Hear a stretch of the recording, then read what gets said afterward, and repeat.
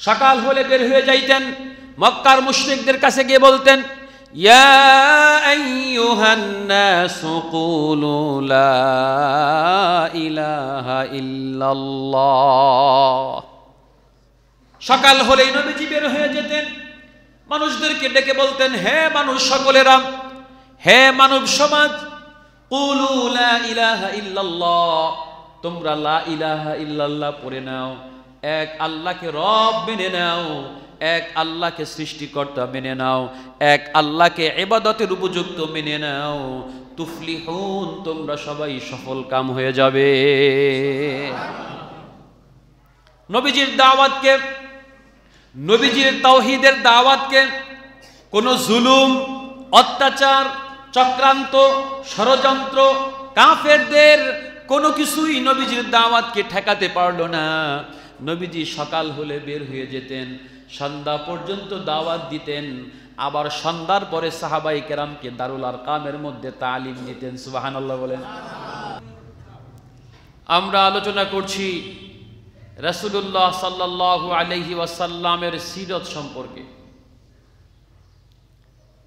গত জুমায় আলোচনা করেছিলাম রাসূলুল্লাহ সাল্লাল্লাহু আলাইহি ওয়াসাল্লাম ইসলামের দাওয়াত নিয়ে যখন আবির্ভাব হলেন, মক্কার মুশরিকদেরকে দাওয়াতে ইসলাম তথা কালিমার দাওয়াত, তাওহীদের দাওয়াত, একাত্মবাদের দাওয়াত দিতে শুরু করলেন, তখন মক্কাবাসী, প্রতিবেশী, আত্মীয় স্বজন সকলেই তার দুশমন হয়ে গেল। কাছের লোক, দূরের লোক সবাই দুশমন হয়ে গেল। এক পর্যায়ে নবীজির উপরে শুরু হলো জুলুম, নির্যাতন, অত্যাচার। সাহাবায়ে কেরাম রাদিয়াল্লাহু তাআলা আনহুম আজমাইনের উপরে ইতিপূর্বেই জুলুম, নির্যাতন কাফের মুশরিকরা চালিয়েছে। শেষ পর্যন্ত দেখলো যে মুসলমানদের লিডার, নেতা যদি মুহাম্মদের উপরে জুলুম, অত্যাচার এবং তাকে দুনিয়া থেকে শেষ করে দিতে পারি, তাহলে ইসলাম দমিয়ে রাখা যাবে, এছাড়া ইসলামকে দমিয়ে রাখার কোনো ব্যবস্থা নেই। মক্কার মুশরিকরা রাসূলুল্লাহ সাল্লাল্লাহু আলাইহি ওয়াসাল্লামের এই দ্বীনি দাওয়াতকে প্রতিহত করতে গিয়ে, বন্ধ করতে গিয়ে তারা বিভিন্ন কূটকৌশল, চক্রান্ত, ষড়যন্ত্রে লিপ্ত হলো। কিন্তু আল্লাহর হাবিব মুহাম্মদুর রাসূলুল্লাহ সাল্লাল্লাহু আলাইহি ওয়াসাল্লাম তাদের কোনো চক্রান্তে, ষড়যন্ত্রে, অত্যাচারে, জুলুমে শিকার হয়ে তাওহীদের বাণী, ইসলামের বাণী, একাত্মবাদের বাণী, কালিমার দাওয়াত বন্ধ করলেন না। সকলেই বলি আলহামদুলিল্লাহ। আল্লাহর হাবিব সাল্লাল্লাহু আলাইহি ওয়াসাল্লাম যখন নামাজে যেতেন, সেজদায় থাকতেন, তখন তার মাথার উপরে, ঘাড়ের উপরে নারী ভুঁড়ি, উটের নারী ভুঁড়ি চাপিয়ে দিত। কিন্তু আল্লাহর হাবিব সাল্লাল্লাহু আলাইহি ওয়াসাল্লাম একদিনের জন্য, এক মুহূর্তের জন্য দাওয়াত থেকে সরে আসলেন না। কিন্তু দুর্বল সাহাবায়ে কেরাম, গরিব, অসহায়, দরিদ্র, গোলাম, কৃতদাস যে সাহাবায়ে কেরাম ছিলেন, তারা মক্কার জালেমদের সাথে কুলাইয়া উঠতে পারছিলেন না। এজন্য আল্লাহর হাবিব সাল্লাল্লাহু আলাইহি ওয়াসাল্লাম সাহাবায়ে কেরামকে তালিম, তরবিয়ত, তাজকিয়া, আত্মশুদ্ধি, শিক্ষা দেওয়ার জন্য তিনি একটি নির্জন জায়গা ইন্তেখাব করলেন, বাছাই করলেন। সেই জায়গা, স্থানের নাম হচ্ছে দারুল আরকাম। 3 বছর ইসলাম দাওয়াত হলো গোপনে গোপনে। 4th বছর দাওয়াত হলো ওপেনে ওপেনে। ওপেন হওয়ার পরেই শুরু হলো জুলুম, নির্যাতন। সহ্য করতে পারলেন না সাহাবায়ে কেরাম, শেষ পর্যন্ত আল্লাহর হাবিব সাল্লাল্লাহু আলাইহি ওয়াসাল্লাম দারুল আরকাম একটি জায়গা, একটি বাড়ি, একটি ঘর, যেই ঘরটি ছিল আরকাম বিন আবুল আরকাম মাখজুমি রাদিয়াল্লাহু তাআলা আনহুর ঘর। এটা ছিল সাফা পাহাড়ের পাদদেশে। সাফা মারওয়া পাহাড় যে আছে, এই সাফা পাহাড়ের পাদদেশে নিচে এক গহীন জায়গায়, জঙ্গলের মধ্যে, পাহাড়ের এক কোণার মধ্যে, যেটা অপরিচিত, অনেকে চিনেও না, জানেও না যে অমুক জায়গায় বাড়ি ঘর আছে। এমন একটি জায়গার নাম হচ্ছে দারুল আরকাম। আল্লাহর হাবিব সাল্লাল্লাহু আলাইহি ওয়াসাল্লাম সাহাবায়ে কেরামকে বললেন যে তোমরা নির্দিষ্ট সময়ে এই দারুল আরকামে উপস্থিত হবে, সেখানে আমি তোমাদেরকে শিক্ষা দিব। সুবহানাল্লাহ বলেন। এই যে আজকে আমাদের মাদ্রাসা, কওমি মাদ্রাসা, উলামায়ে কেরাম তালিম দেন, কোরআনের তালিম, হাদিসের তালিম, ইসলামের তালিম, এই মাদ্রাসা আজকে নতুন নয়। এই মাদ্রাসার প্রথম মাদ্রাসার নাম হচ্ছে দারুল আরকাম। সুবহানাল্লাহ বলেন। এই যে আমাদের হাফিজ মুহাম্মদুল্লাহ কোনাবাড়িতে উলামায়ে কেরামের অত্যন্ত মহব্বতের মানুষ হাফিজ মুহাম্মদুল্লাহ সাহেব, তিনি আপনাদের নিকটবর্তী জেলখানা রোড 2 নং 6 নং ওয়ার্ড জরুন কাশিমপুর, অর্থাৎ এই সামনেই একটি মোহাম্মদিয়া শামসুল উলুম আব্দুল হান্নান কওমি ক্যাডেট মাদ্রাসা নামে একটি মাদ্রাসা প্রতিষ্ঠা করছেন। এমন মাদ্রাসা আমাদের আশপাশে অনেকেই আছে। এর উদ্দেশ্য হলো মানুষকে কোরআন শিখানো, দ্বীন শিখানো, ইসলাম শিখানো। আল্লাহর হাবিব সাল্লাল্লাহু আলাইহি ওয়াসাল্লাম এই গরিব সাহাবায়ে কেরামকে, নতুন মুসলমানদেরকে ইসলাম শিখানোর জন্য জমা করতেন দারুল আরকামে। এখানে এসে সাহাবায়ে কেরাম নির্দ্বিধায়, সংকোচহীনভাবে, নির্ভয়ে দারুল আরকামে নামাজ পড়তো, তিলাওয়াত করতো, আমল করতো, ইবাদত করতো এবং নবীজি তাদেরকে আমল শিখাইতেন। জায়গার নাম কি? দারুল আরকাম। বলেন, জায়গার নাম কি? দারুল আরকাম, মানে আরকামের বাড়ি। এটাই ছিল ইসলামের প্রথম মাদ্রাসা, এটাই ছিল ইসলামের প্রথম ঘাঁটি। আমাদের এক ভাইয়ের বাড়ি দারুল আরকাম। সেখানে সাহাবায়ে কেরাম গোপনে গোপনে ইবাদত করতেন, আজান দিতেন, নামাজ পড়তেন, ইবাদত করতেন। কিন্তু নবীজি গোপনে গোপনে করতেন না। নবীজি সকাল হলে বের হয়ে যেতেন। সকাল হলে বের হয়ে যাইতেন, মক্কার মুশরিকদের কাছে গিয়ে বলতেন, ইয়া আইয়ুহান নাসু কুলু লা ইলাহা ইল্লাল্লাহ। সকাল হলেই নবীজি বের হয়ে যেতেন, মানুষদেরকে ডেকে বলতেন, হে মানুষ সকলেরা, হে মানব সমাজ, কুলু লা ইলাহা ইল্লাল্লাহ, তোমরা লা ইলাহা ইল্লাল্লাহ পড়ে নাও, এক আল্লাহকে রব মেনে নাও, এক আল্লাহকে সৃষ্টিকর্তা মেনে নাও, এক আল্লাহকে ইবাদতের উপযুক্ত মেনে নাও, তুফলিহুন, তোমরা সবাই সফল কাম হয়ে যাবে। নবীজির দাওয়াতকে, নবীজির তাওহীদের দাওয়াতকে কোন জুলুম, অত্যাচার, চক্রান্ত, ষড়যন্ত্র, কাফেরদের কোনো কিছুই নবীজির দাওয়াতকে ঠেকাতে পারলো না। নবীজি সকাল হলে বের হয়ে যেতেন, সন্ধ্যা পর্যন্ত দাওয়াত দিতেন, আবার সন্ধ্যার পরে সাহাবায়ে কেরামকে দারুল আরকামের মধ্যে তালিম দিতেন। সুবহানাল্লাহ বলেন।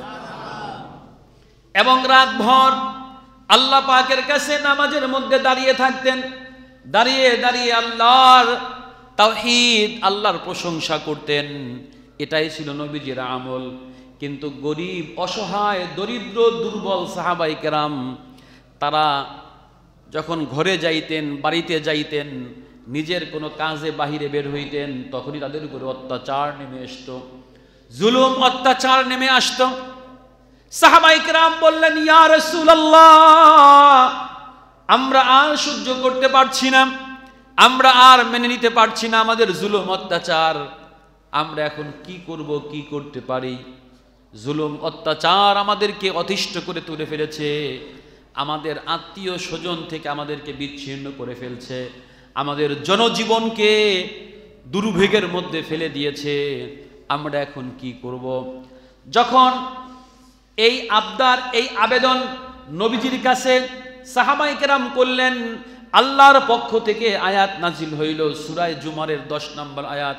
আল্লাহ রাব্বুল আলামিন বলেন, লিল্লাযীনা আহসানু ফি হাযিহিদ দুনিয়া হাসানা ওয়া আরদুল্লাহি ওয়াসিআতুন ইন্নামা ইউওয়াফফাস সাবিরিন إنما يوفى الصابرون أجرهم بغير حساب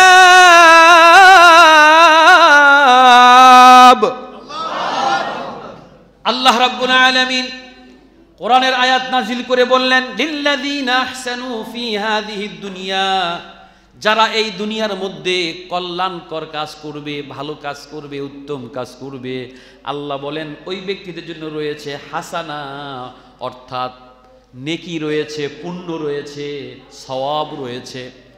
যারা এই দুনিয়ায় কল্যাণকর কাজ করবে, ভালো কাজ করবে, আল্লাহ বলেন তাদের জন্য রয়েছে হাসানা, অর্থাৎ পুণ্য রয়েছে, সওয়াব রয়েছে। এরপরে আল্লাহ বলেন ওয়া আরদুল্লাহি ওয়াসিআতুন, এবং আল্লাহর জমিন সংকীর্ণ নয়, আল্লাহর জমিন একটুখানি নয়, ওয়াসিআ প্রশস্ত। সুবহানাল্লাহ বলেন। আল্লাহ রাব্বুল আলামিন সাহাবায়ে কেরামের উদ্দেশ্যে বললেন, আল্লাহর জমিন ছোট নয়, তোমরা এই ছোট জমিনের মধ্যে, মক্কার মধ্যে থাকবে আর অত্যাচার সহ্য করবে, এই জমিন ছোট নয়, তোমরা এখান থেকে বের হও। সুবহানাল্লাহ বলেন। অর্থাৎ হিজরতের কথা আল্লাহ বললেন, আল্লাহর জমিন অনেক বড়। এবং আল্লাহ বলেন ইন্নামা ইউওয়াফাস সাবিরুন, নিশ্চয়ই যারা সবরকারী, ধৈর্য ধারণ করবে, আজরাহুম বিগাইরি হিসাব, তাদেরকে অগণিত পুরস্কার দান করা হবে। সুবহানাল্লাহ বলেন। যারা ইসলামের জন্য, দ্বীনের জন্য সবর করবে। এই যে সাহাবায়ে কেরামের উপরে জুলুম, কিসের কারণে? দ্বীনের কারণে, কালিমার কারণে। এজন্য আল্লাহ বলছেন যারা দ্বীনের কারণে সবর করবে, ইন্নামা ইউওয়াফাস সাবিরুনা আজরাহুম বিগাইরি হিসাব, তাদেরকে অগণিত অসংখ্য সওয়াব দান করা হবে। সুবহানাল্লাহ বলেন। আল্লাহ পুরস্কার দান করবেন। এই আয়াত নাজিল হওয়ার পরে আল্লাহর হাবিব সাল্লাল্লাহু আলাইহি ওয়াসাল্লাম সাহাবায়ে কেরামকে আদেশ করলেন, নির্দেশ দিলেন, হিজরতের নির্দেশ, দেশ ত্যাগ করার নির্দেশ। আল্লাহর হাবিব সাল্লাল্লাহু আলাইহি ওয়াসাল্লাম বললেন, ও আমার সাহাবায়ে কেরাম শোনো, আমি শুনতে পেরেছি হাবশার বাদশা নাজ্জাশী, আমাদের পার্শ্ববর্তী একটি রাষ্ট্র হাবশা, এই হাবশার বাদশা নাজ্জাশী অনেক ইনসাফগার, অনেক ন্যায়পরায়ণ বাদশা। তোমরা কাজ করো, এখান থেকে একটি জামাত তাদের ওইখানে চলে যাও, হাবশায় হিজরত করো। সাহাবায়ে কেরাম রাদিয়াল্লাহু তাআলা আনহুম আজমাইন রাজি হয়ে গেলেন। আল্লাহর হাবিব পরামর্শ দিলেন হিজরতের। সাহাবায়ে কেরাম একটি জামাত, যেখানে সংখ্যা ছিল, প্রথম হিজরতের সংখ্যা ছিল 12 জন পুরুষ এবং 4 জন নারী। 12 জন এবং 4 জন, মোট কয়জন? 16 জন। এই 16 জনের একটি জামাত এই মক্কা থেকে হিজরত করার জন্য, এই কাফেরদের অত্যাচার জুলুম সহ্য করতে না পেরে নবীজির আদেশ মোতাবেক, আল্লাহর হুকুম মোতাবেক তারা হিজরত করতে নিয়ত করলেন হাবশার দিকে। আল্লাহর হাবিব সাল্লাল্লাহু আলাইহি সাল্লাম এই 12 জনের আমির বানায় দিলেন হযরত উসমান বিন আফফান রাদিয়াল্লাহু তাআলা আনহুকে। হ্যাঁ উসমান, তোমার নেতৃত্বে তুমি এই জামাতকে নিয়ে হাবশায় চলে যাও। উসমান রাদিয়াল্লাহু তাআলা আনহু এই 16 জনের জামাত নিয়ে রওনা করলেন হাবশায়। এটা হলো হাবশার প্রথম হিজরত। রওনা করলেন, কিন্তু কাফেররা যদি জানতে পারে তাহলে ধরে নিয়ে আসবে, অত্যাচার করবে, এমন কি হতে পারে দুনিয়া থেকেও বিদায় করে দিতে পারে। এই জন্য দিনের বেলায় হিজরত না করে রাত্রিবেলায় হিজরতের সিদ্ধান্ত গ্রহণ করলেন ওসমান রাদিয়াল্লাহু তাআলা আনহু। রাতের বেলায় হিজরত করার জন্য রওনা করলেন। কিন্তু আল্লাহ রাব্বুল আলামিনের এক অপর রহমত ছিল। এই হাবশায় যাওয়ার জন্য যেতে হয় লোহিত সাগর, অর্থাৎ আরবের সাগর একটা পার হয়ে, লোহিত সাগর পার হয়ে এরপরে হাবশায় যাওয়া লাগে। কিন্তু যখন তারা লোহিত সাগরের পারে গেলেন, গিয়ে দেখলেন দুইটা জাহাজ সেখানে ডেঙ্গায় ভিড়ে আছে, অর্থাৎ এখানে ভিড়ে আছে দুইটা জাহাজ। সুবহানাল্লাহ বলেন। সাহাবায়ে কেরাম আর দেরি করলেন না, যে ডেঙ্গার মধ্যে অর্থাৎ সেখানে পাল খুলে দাঁড়িয়ে আছে জাহাজ, তারা সঙ্গে সঙ্গে সেখানে উঠে গেলেন। তাদের উঠতে দেরি আর জাহাজ ছাড়তে দেরি না। সুবহানাল্লাহ বলেন। জাহাজ ছেড়ে দিল। জাহাজ তখন ছেড়ে দিয়ে দৃষ্টির সীমানার বাহিরে চলে গেল, অর্থাৎ আরবের উপত্যকা পাড়িয়ে এই লোহিত সাগরের বিশাল মাঝে চলে গেল এবং হাবশার কাছে গেল। তখন কাফেররা জানতে পারল যে 16 জনের মুসলমানদের এক জামাত আমাদের এখান থেকে দেশ ত্যাগ করেছে। কিন্তু তারা পিছু নিল। পিছু নেওয়ার পরও তারা এসে দেখে যে কোনো চিহ্ন নাই, হয়তোবা তারা পার হয়ে গেছে। তারা তাদেরকে ধরতে পারল না। কাফেররা ফিরে আসলো মক্কায়, না ধরতে পেরে তারা চলে আসলো। ইতিমধ্যে যখন হাবশায় চলে গেল এই মুসলিম জামাত, হযরত ওসমান বিন আফফান রাদিয়াল্লাহু তাআলা আনহুর আমিরত্বে এই জামাত পৌঁছলো। হাবশায় যাওয়ার পরে হাবশার বাদশাহ তাদেরকে আদর, আপ্যায়ন, মোহাব্বত, ভালোবাসা যা দেওয়ার সব দিল। সুবহানাল্লাহ বলেন। নিরাপদ চাদরে ঢেকে গেল। তারা শান্তিতে বসবাস করতে শুরু করলো।